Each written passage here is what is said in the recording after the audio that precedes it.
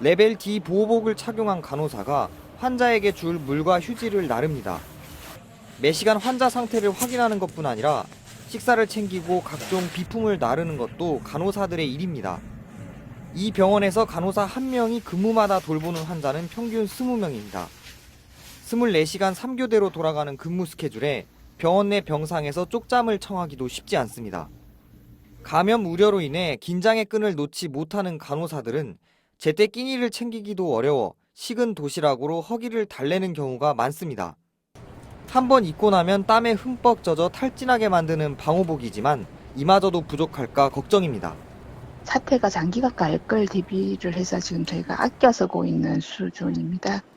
사명감으로 버티고 있지만 지친 간호사들을 교대해줄 인력이 절실한 상황입니다. 힘들죠. 힘들지만 상황이니만큼 어쩔 수 없는 상황들이지 않습니까? 그래서 견뎌내는 거죠. 정부는 대구 경북 지역에 군과 공공의료 자원 등을 최대한 투입했고 서울 등 타 지역의 대형 병원들도 지원에 나섰습니다. 서울에서도 의료 인력이 부족한 대구 지역에 자발적으로 의료진을 파견하며 도움의 손길을 보내고 있습니다.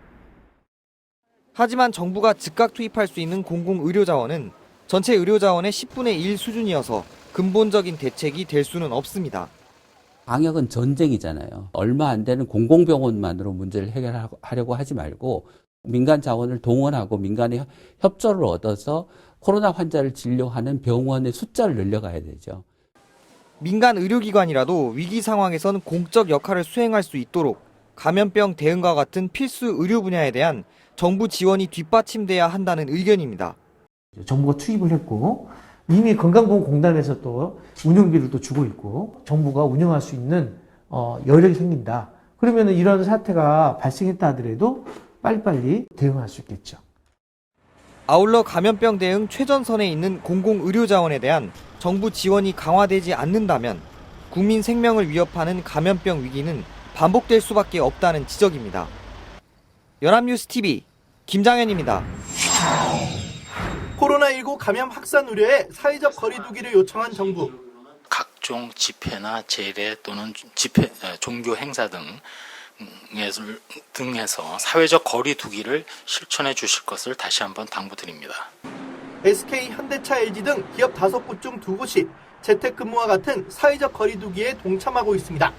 천주교와 불교계가 속속 종교 행사를 연기하고 있고 개신교 교회도 일부 온라인 예배로 전환했습니다.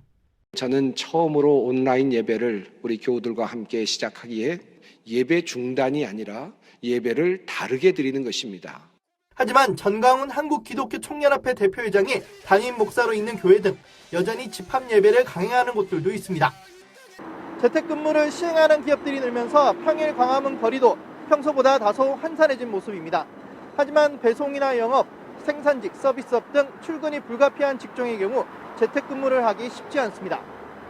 서울시가 설문조사해보니 코로나19 사태로 재택근무를 했거나 하는 중이라고 답한 직장인과 자영업자는 35%에 불과했습니다. 최근 서울 콜센터 집단 감염도 사회적 거리두기가 이루어지지 않은 탓에 대규모 집단 감염으로 이어졌다는 지적이 나옵니다. 콜센터의 근무 환경 자체가 집단 감염을 예고하고 있다.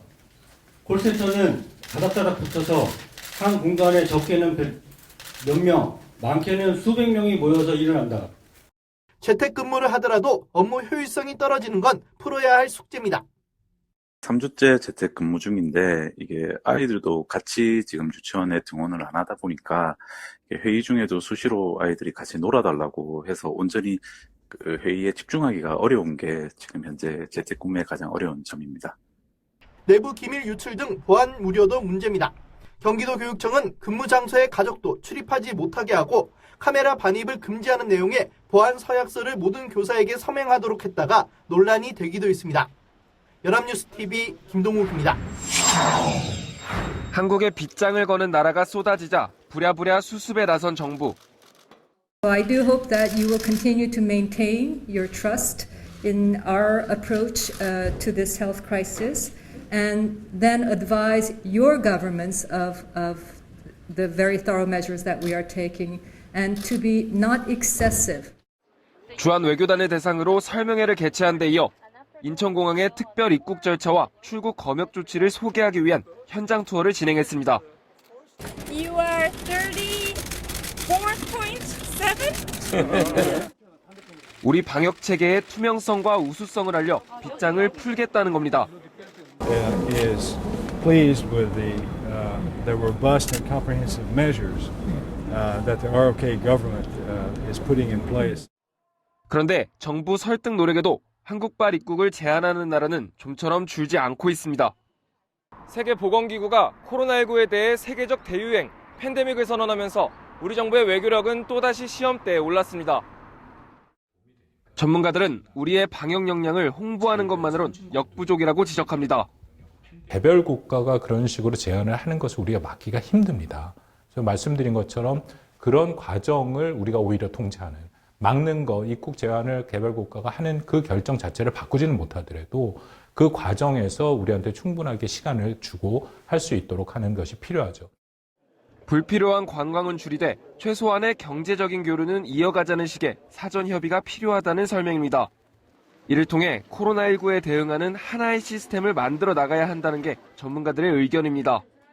코로나19 확산과 무관하게 움직일 수 있다라는 시스템을 만들어 놓으면서 그 안에서 최소한의 교류를 지속하는 이런 모습을 보여야 앞으로도 양국 간의 불필요한 오해라든지 이런 것들도 제거되고. 정부는 20여 개 국가들과 기업인에 한해 예외적 입국을 허용하도록 협의를 진행하고 있습니다.